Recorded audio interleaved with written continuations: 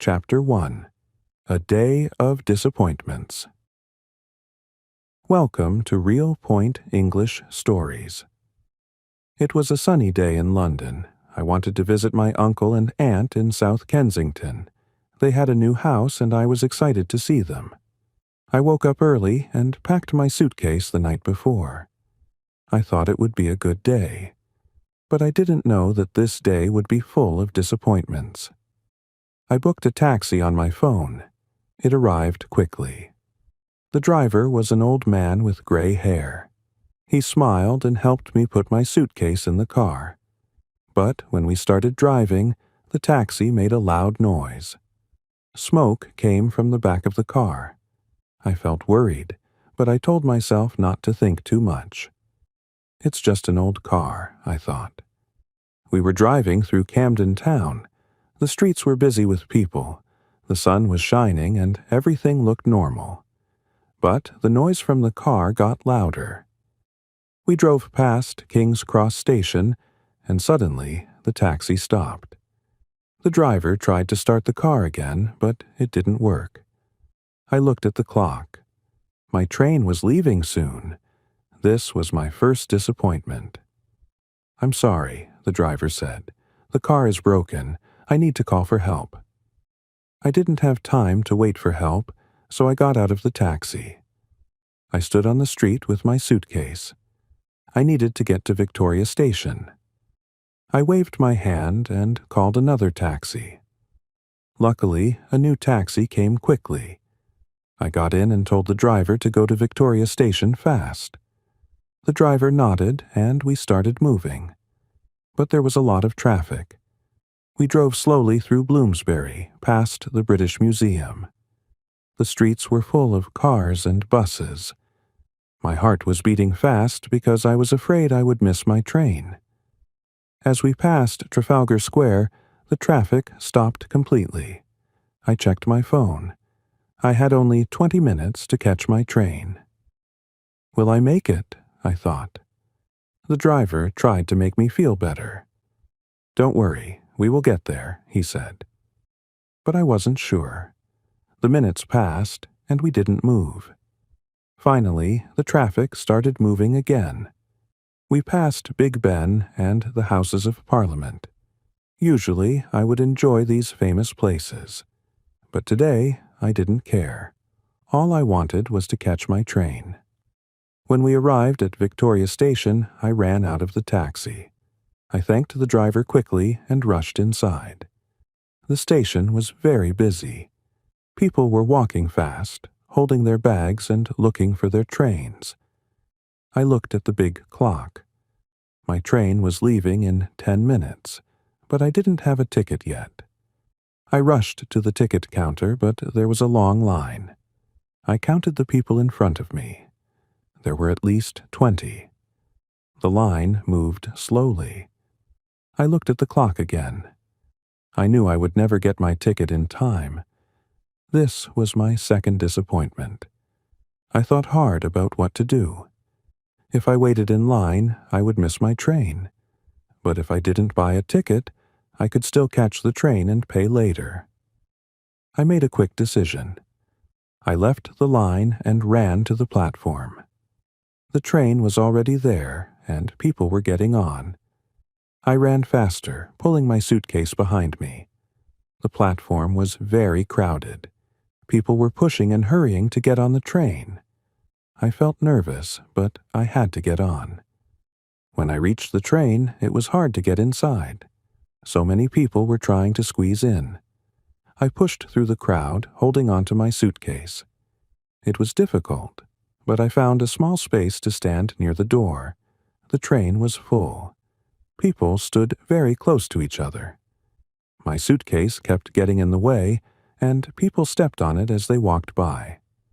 My arms were tired from holding on to the rail above me. I felt frustrated, but I told myself to stay calm. I will be in South Kensington soon, I thought. Then I smelled something terrible. Cigarette smoke filled the air. Some people near the door were smoking, even though it was not allowed. The smoke made me feel sick. I covered my nose with my hand, but it didn't help much. I wanted to say something, but the train was too crowded. I didn't want to cause trouble.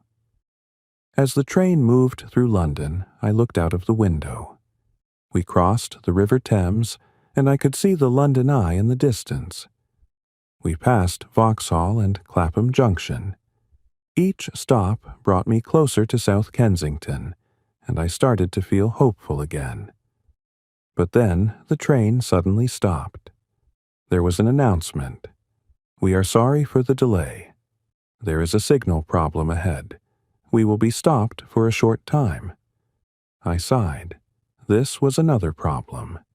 The train was already late, and now we were stuck. I looked out of the window. There was nothing to see but houses and a few trees. I felt tired and frustrated, standing in the crowded train with no way to escape the smell of cigarettes.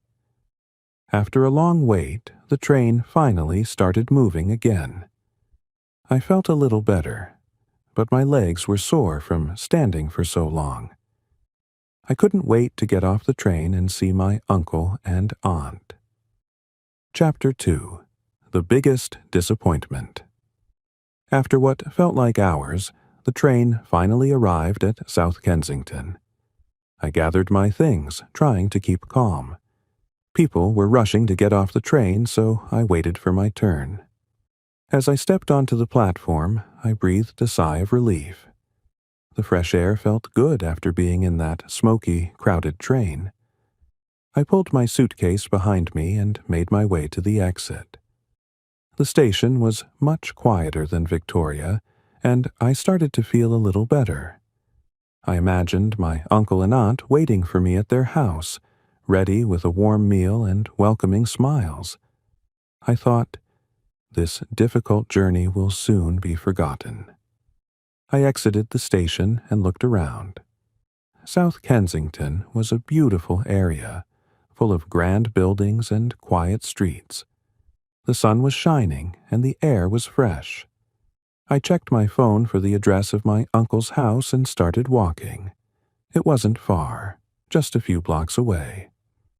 As I walked down the street, I thought about the last time I visited my uncle and aunt. They had always been so kind to me. I was looking forward to spending time with them in their new home. I could almost smell the food cooking in their kitchen. I smiled to myself, thinking that this bad day was about to turn around. Soon I reached their street. I looked for their house number and walked up to the door. My heart was full of excitement as I knocked on the door. I waited for a few seconds, expecting my aunt to open the door with a big smile. But no one came to the door. I knocked again, a little harder this time. Still, there was no answer. I looked around, wondering if I had the wrong house. I checked the address on my phone again. It was the right house, but why was no one answering? Feeling a bit worried, I tried ringing the doorbell. The sound echoed inside the house, but there was still no response. I waited for a few more minutes, then tried calling my uncle's phone. It rang and rang, but he didn't pick up. I started to feel uneasy. I hadn't heard from them in a few days, but I thought they were just busy. Now, standing in front of their locked house, I wasn't so sure. My excitement turned into confusion. Where could they be? I thought. I decided to try calling my aunt. Her phone also rang, but like my uncle's, no one answered. I stood there, feeling a bit lost. I didn't know what to do next. I had come all this way, but now it seemed like no one was home. As I stood on the doorstep, a neighbor walked by. She was an older woman with a kind face, carrying a shopping bag. She smiled at me, and I decided to ask her if she knew anything. "Excuse me," I said politely. "Do you know if the people in this house are home?" The woman looked at the house, then back at me. "Oh dear," she said. "I'm afraid they're not here. Your uncle and aunt went to visit family in Chennai. They'll be away for a whole month." My heart sank. A whole month? I couldn't believe it. I had come all this way, and they weren't even here. This was the biggest disappointment of the day. "Oh no," I said, feeling the weight of my long, tiring journey. "I didn't know they were going away." The woman gave me a sympathetic look. "That's unfortunate. I think they left just a few days ago. I'm sorry, love.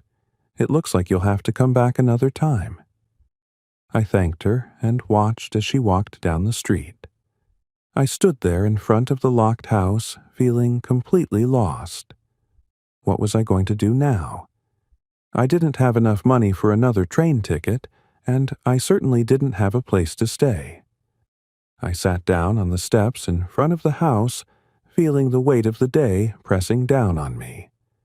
Everything had gone wrong, from the broken taxi to the crowded train to now standing in front of an empty house. I had been looking forward to this visit for so long, and now it felt like my efforts had been for nothing. I thought about what to do next. Should I go back to the station? Should I try to find a hotel for the night? But I didn't have much money left. I pulled out my phone and looked at my bank account. It wasn't good. I had spent most of my money on the train ticket and taxis. I could maybe afford a cheap room for one night, but that would leave me with almost nothing for food or my trip back home. I felt a lump forming in my throat, but I took a deep breath and told myself not to cry. "You'll figure this out," I whispered to myself. "You always do." I decided to try calling a friend who lived in London. Her name was Sarah, and she was always kind and helpful. I hadn't spoken to her in a while, but I hoped she would be able to help me now. I dialed her number, praying she would answer. After a few rings, she picked up. "Hello?" she said. "Hi, Sarah. It's me," I said, trying to keep my voice steady. "I hope you're doing well.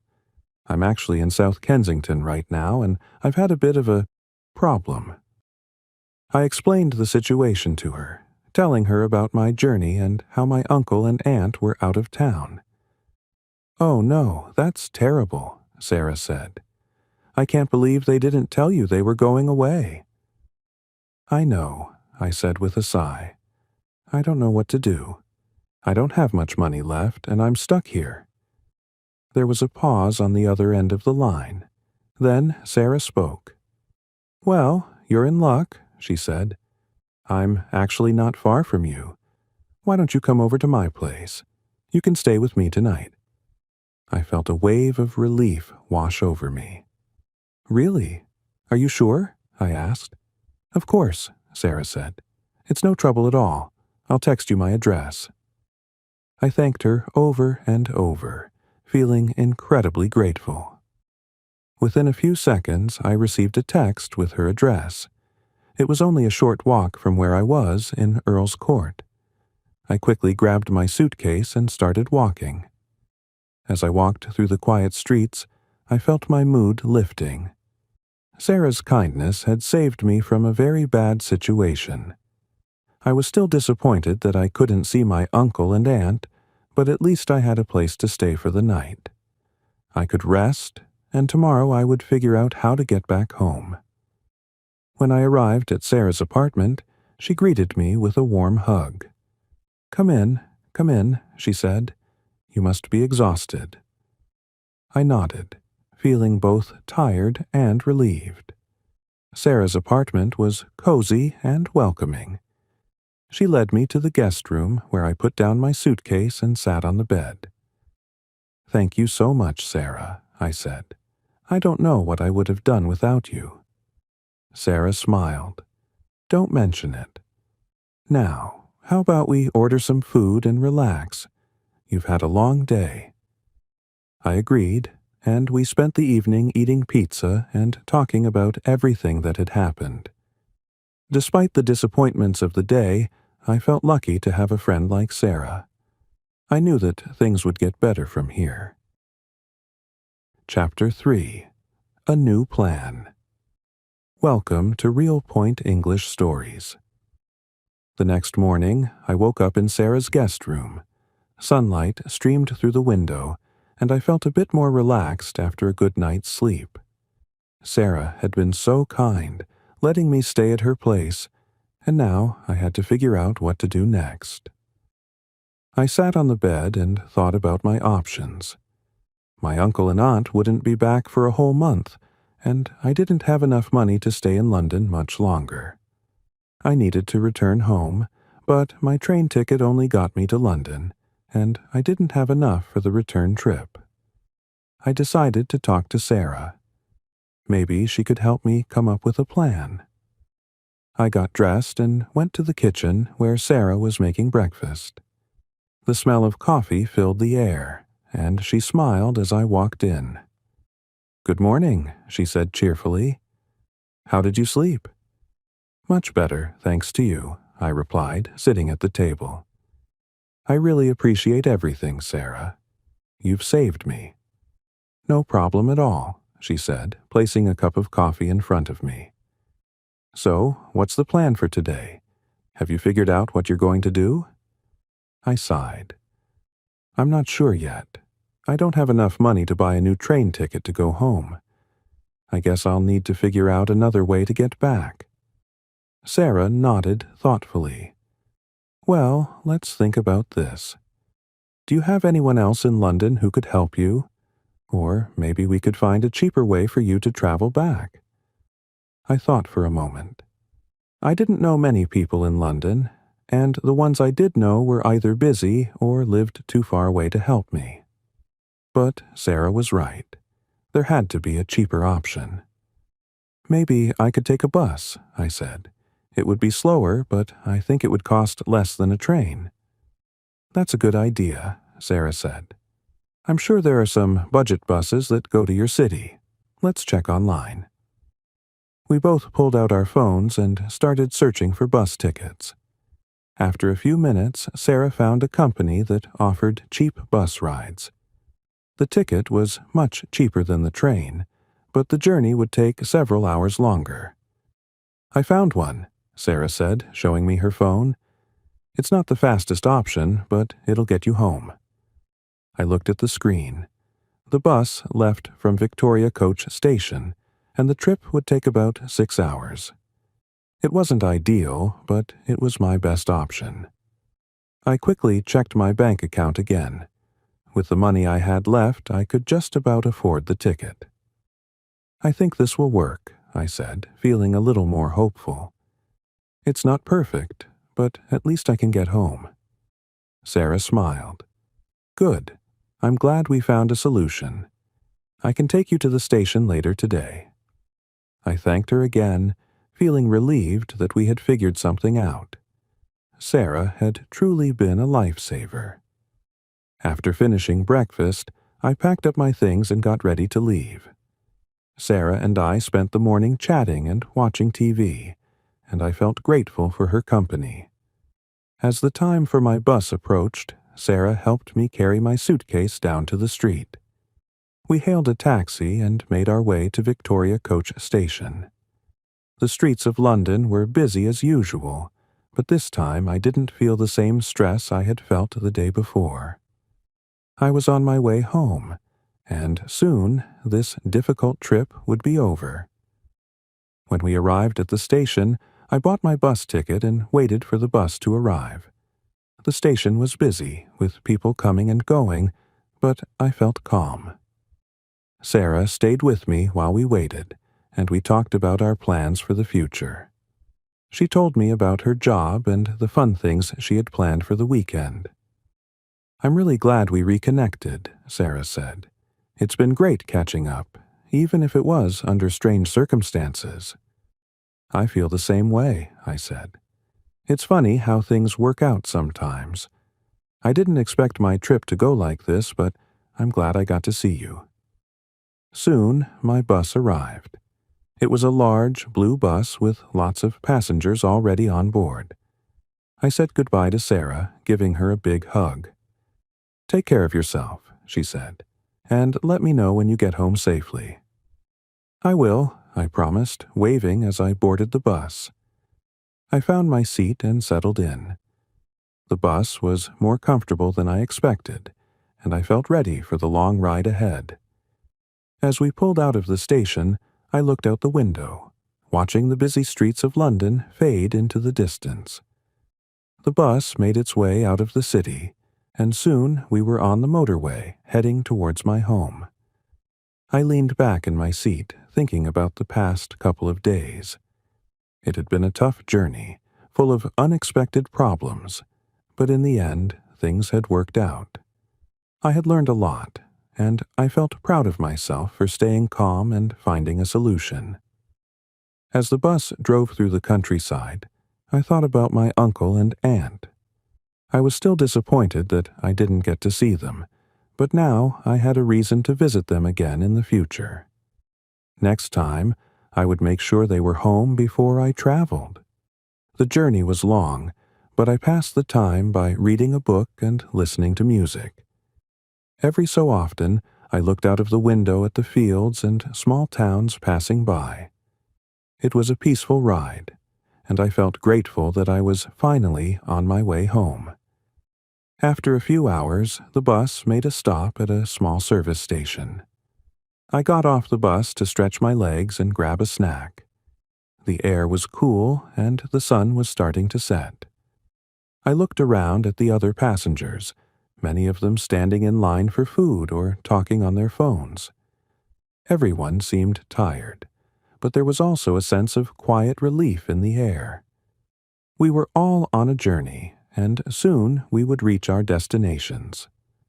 I bought a sandwich and a bottle of water, then returned to my seat on the bus. As the bus started moving again, I felt a wave of calm wash over me. I had been through so much in the last 2 days, but now I was almost home. As night fell, I closed my eyes and rested. The gentle movement of the bus lulled me into a light sleep, and I dreamed of better, simpler journeys. Journeys where everything goes right and there are no surprises or disappointments. Before I knew it, the bus was pulling into the station near my home. I opened my eyes and looked around. We had arrived. I gathered my things, feeling a sense of relief wash over me. I was finally home. As I stepped off the bus, I felt a cool breeze on my face. The sky was dark, but the streetlights lit up the familiar streets around me. I was tired, but I also felt stronger. I had made it through the worst parts of the journey, and now I was back where I belonged. I called a taxi to take me the rest of the way home. As I sat in the back seat, I thought about everything that had happened. I had faced disappointment after disappointment, but in the end, I had found a way through. When I finally walked through the door of my house, I felt a deep sense of peace. I was home, and that was all that mattered. Chapter 4. A Lesson Learned. After finally arriving home, I dropped my suitcase by the door and took a deep breath. My long and challenging journey was over, and now, standing in the comfort of my own house, I felt a sense of relief and peace. The weight of the past few days lifted from my shoulders, and I knew I had learned something important through this experience. I sat down on my couch, reflecting on everything that had happened. From the broken-down taxi in London to the crowded train, and then the disappointment of finding my uncle and aunt's house locked. It had been a series of unfortunate events. But despite the difficulties, I had made it home, and I realized that I had grown stronger because of it. I couldn't help but smile as I thought about Sarah. She had been such a good friend to me when I needed help the most. Her kindness and hospitality were something I would never forget. If it weren't for her, I would have been lost in London with nowhere to go and no money for a hotel. I promised myself that I would repay her kindness one day, maybe with a surprise visit or a gift to show how grateful I was. As I unpacked my suitcase and settled back into my home, I thought about the journey in a new way. Yes, it had been difficult, but in some strange way it had also been an adventure. I had faced each problem and found a way to overcome it. I had traveled through some of London's most famous areas, like South Kensington and Earl's Court, and even though the journey wasn't what I expected, it had still been a learning experience.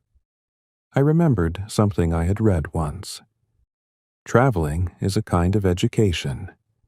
It was true. This trip had taught me so much more than just how to get from one place to another. It had taught me patience, resilience, and the importance of staying calm in tough situations. Even though the journey didn't go as planned, I was proud of how I had handled it. The next day, after a good night's sleep in my own bed, I woke up feeling refreshed. I decided to call my uncle and aunt to let them know what had happened. I knew they hadn't meant to leave me in the dark about their trip to Chennai. It was just a misunderstanding, and I didn't want to hold it against them. I dialed their number and waited as the phone rang. After a few moments, my aunt picked up. "Hello," she said, her voice warm and familiar. "Hi, Auntie. It's me," I said with a smile. "I just wanted to let you know that I made it home safely." "Oh, dear. We were so worried when we realized you were coming to visit," she said, sounding genuinely concerned. "We didn't know you were planning to come. I'm so sorry we're not there. We left for Chennai just a few days ago." "It's okay," I said, laughing a little. "It was a bit of a surprise when I found the house locked, but I figured it out. Sarah helped me, and I ended up staying with her for the night." "I'm so glad you had someone to help you," my aunt said, relieved. "We'll make it up to you when we're back, I promise. You'll have to visit again soon, and this time, we'll be home." "I'd love that," I said. "I'll make sure to call ahead next time." We chatted for a little while longer, catching up on family news and plans for the future. It felt good to talk to her, and to know that there were no hard feelings about the mix-up. When we ended the call, I felt even more at peace. I knew I would visit them again, and next time, everything would go smoothly. Over the next few days, life returned to normal. I went back to my routine, but something had changed. I felt more confident, knowing that I could handle unexpected situations. The journey had tested my patience and my ability to stay calm under pressure, and I had passed that test. One afternoon, as I was sitting at my desk, I decided to write about the experience.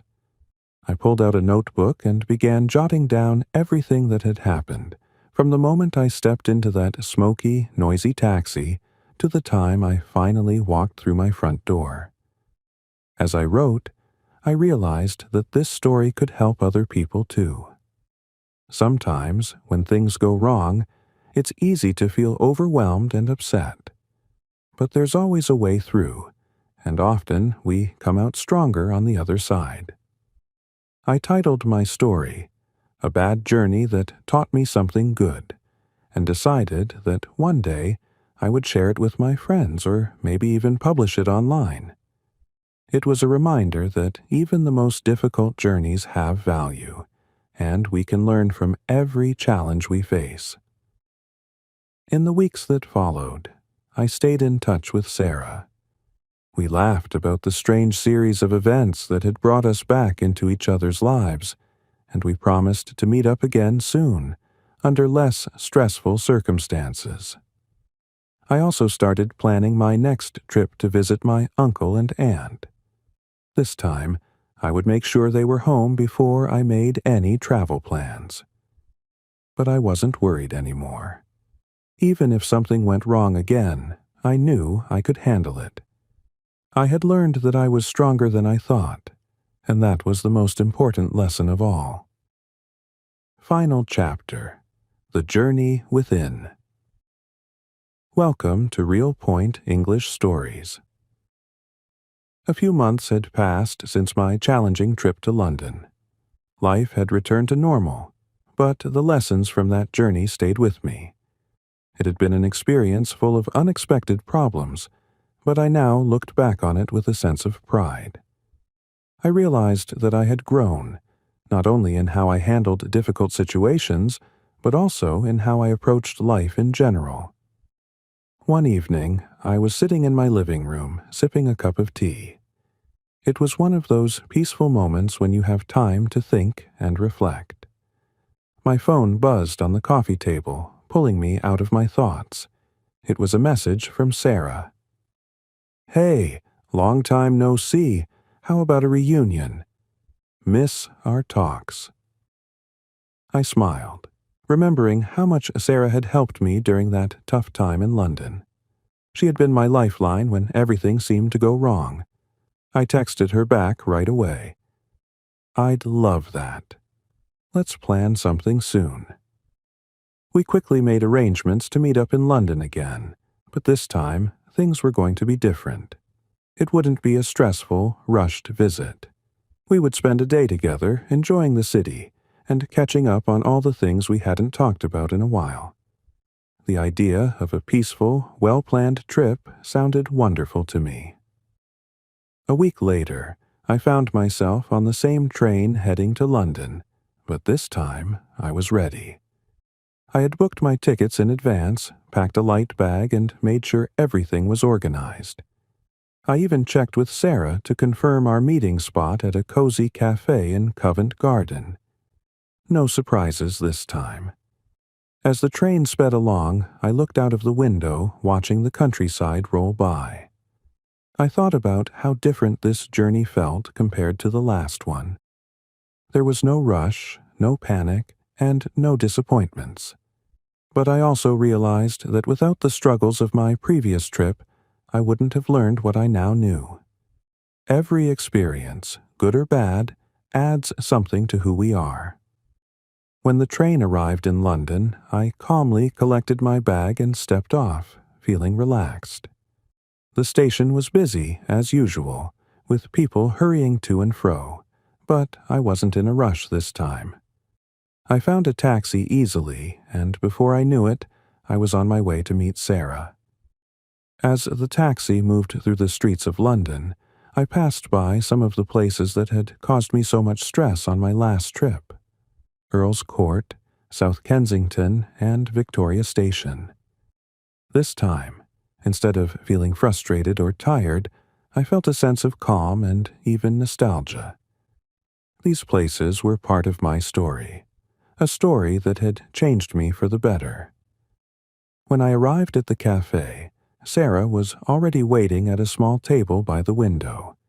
She waved enthusiastically when she saw me, and I felt a rush of happiness. I walked over and we hugged, laughing about how long it had been since we last saw each other. "Look at you, all calm and organized this time," Sarah teased, her eyes twinkling. "I learned my lesson," I said, smiling. "No more last-minute travel plans for me." We ordered coffee and spent the next few hours catching up. Sarah told me about her latest adventures in London, her work, and some funny stories from her travels. I told her about how life had been since the infamous trip and how I had reflected on the experience. "I never thought that trip would turn out the way it did," I said. "But looking back, I'm actually glad it happened. I learned so much about myself." "I guess that's the thing about bad journeys," Sarah said thoughtfully. "They teach you things you wouldn't learn otherwise. It's like you grow from the struggles." I nodded. "Exactly. I think I needed that experience to realize I could handle more than I thought. It wasn't fun at the time, but it helped me become stronger." We continued talking, laughing about our shared memories and planning future trips. Sarah mentioned a possible trip to the countryside, and I felt excited about the idea. This time, we'd plan everything carefully, but I also knew that if something went wrong, it wouldn't be the end of the world. After a wonderful day in London, it was time to head back home. This time, my departure wasn't rushed or stressful. I said goodbye to Sarah at the station, knowing we'd see each other again soon. On the train ride home, I reflected on how far I had come since that chaotic journey months ago. What started as a series of disappointments had turned into one of the most valuable learning experiences of my life. I had learned patience, resilience, and how to stay calm even when things didn't go according to plan. As the train pulled into my home station, I felt a deep sense of peace and accomplishment. This journey was different from the last one, but in a way they were both connected. One had taught me how to handle life's unexpected challenges, and the other had shown me how to appreciate the beauty of a smooth, well-planned trip. Stepping off the train, I realized that the most important journey wasn't the one to London or back. It was the journey within myself. I had grown, learned, and become stronger, and that was the greatest destination I could have ever reached. The end. Thank you for listening to Real Point English Stories. We hope you enjoyed this story and learned something valuable from it. Remember, every journey, whether good or bad, has something to teach us. Until next time.